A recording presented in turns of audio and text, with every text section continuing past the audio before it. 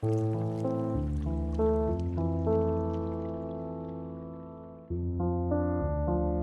à tous, je suis heureuse de vous voir aussi nombreuses et nombreuses pour aborder un sujet aussi cher à nos yeux.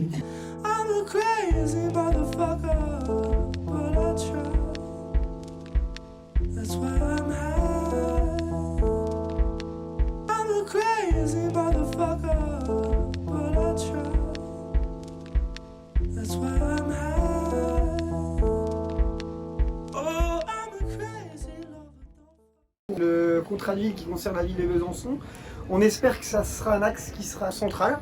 On a déjà des retours qui sont positifs du côté de l'État puisque monsieur le préfet à plusieurs reprises a évoqué le fait que ça soit un axe important.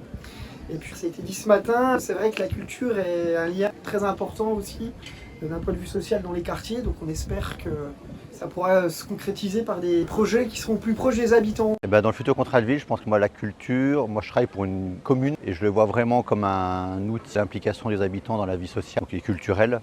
Donc avec la possibilité de prendre des sujets assez créatifs ou des supports qui touchent au cadre de vie, au mieux vivre ensemble et qui abordent peut-être les sujets du quotidien avec une approche un petit peu détournée, avec des notions de graphisme, d'art créatif et toutes ces choses-là. Donc je vois vraiment la culture comme un vecteur de lien social, avant tout dans le contrat de ville. Et peut-être d'aller toucher aussi des publics spécifiques avec des thématiques qui vont plutôt cibler les jeunes, les femmes seules, les parents, les seniors. On a aussi instauré les tickets culture. Il y a une barrière économique qui est encore très présente. On ne peut pas se payer un abonnement à des cours individuels de piano ou parfois aussi à du cirque. C'est trop cher. Donc on a mis ça en place récemment, les tickets culture dans la ville de Besançon.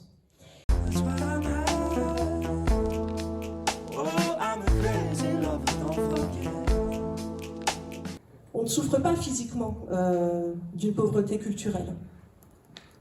En fait, on la reconnaît de manière plus diffuse, par l'isolement, par le manque de connexion. Donc c'est là où je pense en tout cas que notre responsabilité de professionnels est importante. C'est à nous aussi, dans notre quotidien, dans nos missions, d'aller chercher l'intelligence de l'autre et cultiver son désir de savoir. Il me semble évident qu'il faudrait qu'elle ait une vraie place. Et donc peut-être que les acteurs culturels soient davantage consultés, en fait qu'il y ait une réelle co-construction du cadre du contrat de ville avec les acteurs culturels. En fait, les acteurs culturels ne peuvent rien dire de vrai sans la parole des acteurs sociaux, sans la parole des acteurs éducatifs. En fait, on est tous interdépendants les uns des autres.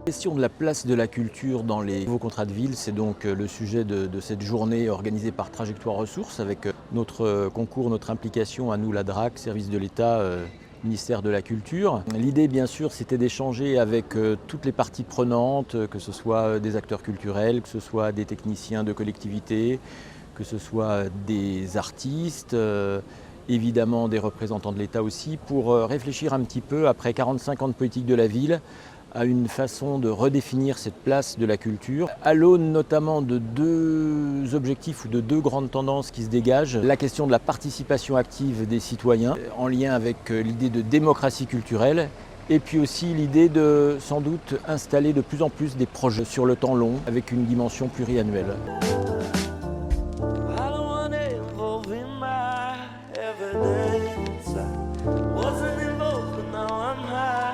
Concernant la journée d'aujourd'hui, écoutez, c'était très intéressant. Et ce que j'ai apprécié, c'est les retours d'expérience sur des choses déjà faites, qui ont déjà été réalisées, qui sont réalisables. Pour le moment, très bon ressenti de la journée, les échanges sont très intéressants et je trouve les questions posées sont pertinentes et actuelles.